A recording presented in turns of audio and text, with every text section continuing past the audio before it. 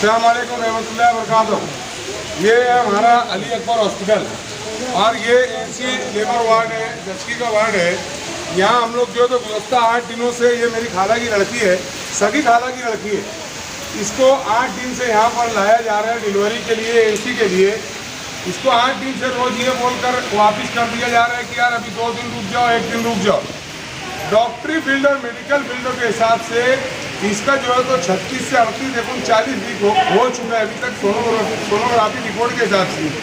अब जब कल इसको यहाँ पर लाया दोबारा फिर से, इसको यहाँ पर यह बोला गया कि यार आपको सर्दी है, कोरोना सस्पेक्टेड है, आपको सांस लेने में तकलीफ है, आपको हम ऑपरेट नहीं कर सकते, फिजर नहीं कर सकते। इन्वेस्टिगेशन के हिसाब से जब यहाँ से हम लेकर गए सिविल हॉस्पिटल में और उसके बाद जब इसका इन्वेस्टिगेशन किया गया, इसका बीपी नॉर्मल है, डायबिटीज़ नॉर्मल है और सैचुरेशन लेवल भी बराबर है, हार्टबीट बराबर है। पूरा हफ्ते होने के बाद, सब कुछ क्लियर होने के बाद इसको बताया जा रहा है कि ये कोरोना सस्पेक्टेड है, इसको सांस लेने में तकलीफ है। इसको यहाँ से जो है तो मालेगांव सिविल हॉस्पिटल रिफ कर दिया गया।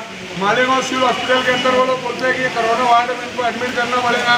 जब कोरोना का इसका जो है छाती के एक्सरे निकाल के जब ये नॉर्मल होंगी तो जब इसका जो है तो ऑपरेट किया जाएगा और इसके बच्चों को उसके पेट से निकाला जाएगा।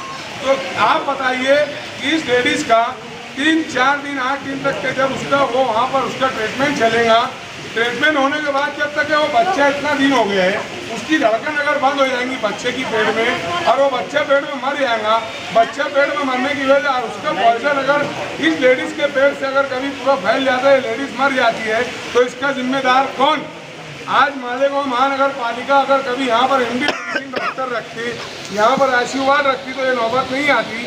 साइका मैडम को मैं बार बार बोल रहा हूँ कि मैडम जो है तो उसका बीपी बरोबर है, सब कुछ बरोबर है, आप थोड़ा रिस्क को लेके इसको ऑपरेट कर दो।